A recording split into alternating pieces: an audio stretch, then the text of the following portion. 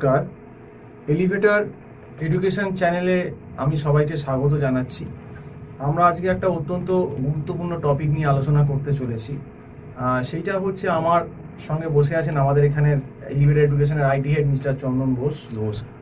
ওনাকে যেটা আমার প্রশ্ন, দেখা যাচ্ছে যে কিছু স্টুডেন্ট এমসি এন্ট্রান্স, যেটা আমাদের ওয়েস্ট বেঙ্গলে জেকা হয়, সেটাকে খুব একটা সিরিয়াসলি নিচ্ছে না। মানে ও ঠিক আছে জেকা, ওই এক্সাম পুজোর পর বা 3-4 মাস পরে দিয়ে দেবো, ঠিক আছে একটা সিট মানে কলেজে পেয়ে যাবো বা হয়ে যাবে, এরকম ব্যাপার। তো প্রথম কথা হচ্ছে যে, আমি যতদূর জানি, দেখুন জেকায় যদি একটু ভালো র্যাঙ্ক না করা যায়, তাহলে হয়তো গভর্নমেন্ট যে কলেজগুলো আছে ওপরের দিকে, সেগুলো পাওয়া যায় না। কারণ সবাইকার তো অর্থনৈতিক সামর্থ্য সমান হয় না। এখন দেখুন প্রাইভেট জায়গায় পড়তে গেলে টাকাটাও কিন্তু অনেক বেশি, সেটার সামর্থ্য আবার অনেকের হবে না।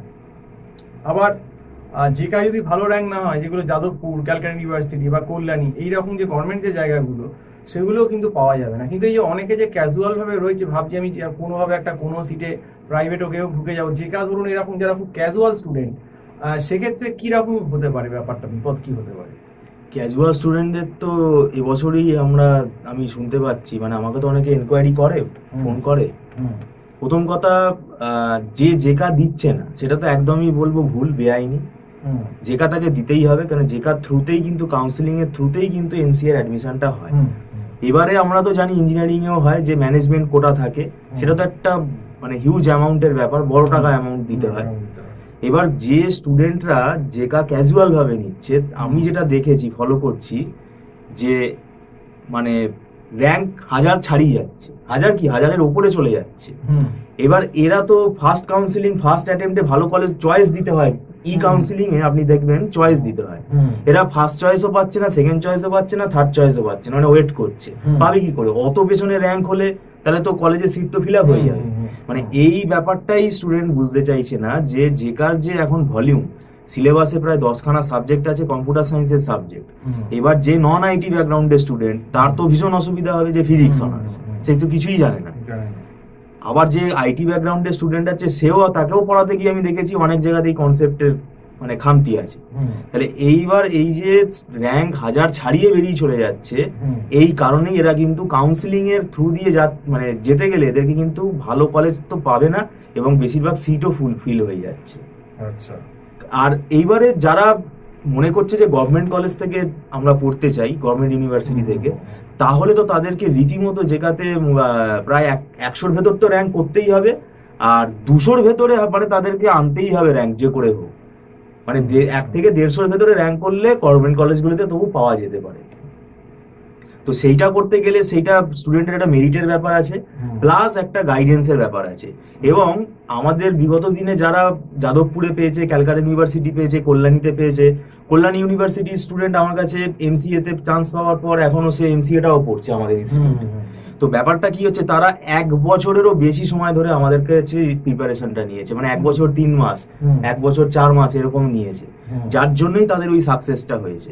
এবার আমরা এটা কখনোই বলবো না যে সব স্টুডেন্টকে আমরা যাদবপুরে তারা চান্স পেয়ে যাবে আমাদের, কিন্তু তার যে মানে গভর্নমেন্ট কলেজ থেকে পড়তে গেলে তার যে প্রিপারেশনটা, এইটা যদি কেউ মনে করে না এটা আমি নেবো না, বর্ন মেরিট অনেকে আছে, সে তো 1%, সে তো এমনি সব নিজেই পেরে যাবে। কিন্তু অ্যাভারেজ স্টুডেন্টের ক্ষেত্রে, কেননা আমরা যাদেরকে পড়িয়েছি, যে খুব বিশাল যে মেরিট সেটাও না, অ্যাভারেজ স্টুডেন্ট, কিন্তু তাদের অধ্যাবসায়টা এতটা ছিল, মানে রীতিমতো তারা আমাদের কাছে পরীক্ষা দিয়েছে, পরীক্ষা দিয়ে দিয়ে তাদের কিন্তু অনেক মানে খামতিগুলো আমরা মিটিয়ে দিয়েছি। তো এইবারেও অনেক সমস্যায় পড়ছে, যে র্যাঙ্ক এত পিছিয়ে গেছে, যার জন্য কাউন্সিলিং এ ভালো কলেজ তারা পাচ্ছে না।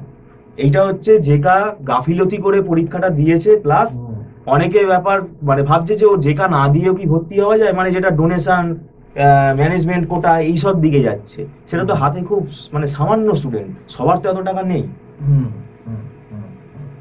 তো যাই হোক, আজকে আমাদের যে আইটি এর চন্দনবাবুর কাছ থেকে আমরা অনেক কিছুই জানতে পারলাম। কাজে যে সমস্ত স্টুডেন্ট বা যারা কিন্তু জেকা সিরিয়াস ভাবে নিচ্ছে না, ওয়েস্ট বেঙ্গল জেকা, এবং আপনাকে বলছি হাতে সময় কিন্তু আর বেশি নেই, পরের বছরই দেখুন না আপনি, মে মাস কি জুনে এক্সাম, এখন এক্সামেরও বাকি নেই, পুজো পেরিয়ে গেলেই প্রায় সময় আর নেই। তো যারা এখনো মনে করছো যে জেকার প্রিপারেশনটা, টিউশনটা ঠিকঠাক ভাবে নিতে চাও, তারা ওনার সঙ্গে তোমরা যোগাযোগ করতে পারো। ওনার নাম্বার তো যে আমাদের অনেক ভিডিওতেই চন্দনবাবুর নাম্বার আছেন জেকা। এবং আমাদের এখান থেকে তোমরা জানোই যে আমাদের এখান থেকে কিন্তু যাদবপুর, ক্যালকাটা ইউনিভার্সিটি, কল্যাণী, এই সমস্ত জায়গায় কিন্তু টপ র্যাঙ্ক করেছে। আমাদের এখানে কিন্তু মোটামুটি 15, 11, 17 এরকম র্যাঙ্কও আগে হয়েছে, এবং মোটামুটি 100-র ভেতর বা 150, 200-র ভেতর র্যাঙ্ক হয়েছে, যার গভর্নমেন্ট কলেজে অনেক স্টুডেন্ট আছে যারা পেয়েছে। তো সেক্ষেত্রে তোমাদের এখানে একটা বিশাল ফেসিলিটি যে উনি অনলাইনে তোমরা এই সাপোর্টটা পাচ্ছ। যারা বাইরেও থাকো কলকাতার, তারা কিন্তু এই সাপোর্টটা অনলাইনের মাধ্যমে, স্কাইপের মাধ্যমে পেতে পারো ক্লাসের সাপোর্ট। এবং এর সব থেকে বড় কথা, এখানে একটা রেকর্ডিং ক্লাসেরও ফেসিলিটি, এবং মক টেস্টও হয় অনলাইনে হচ্ছে। আর আমাদের মান্থলি ফিস সিস্টেম, কোনো লামসাম টাকা ব্যাপার নেই।